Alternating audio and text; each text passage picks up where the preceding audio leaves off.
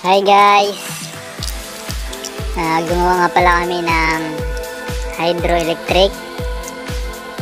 Susubukan namin kung may makukuha ang voltahe. Pinapaikot po ito siya na gamit po itong tubig para po siya umikot. Ito po yung nagpo-produce ng power supply, itong dynamo. Capacity niya po 5 volts. So i-upgrade na po namin ito siya dahil maliit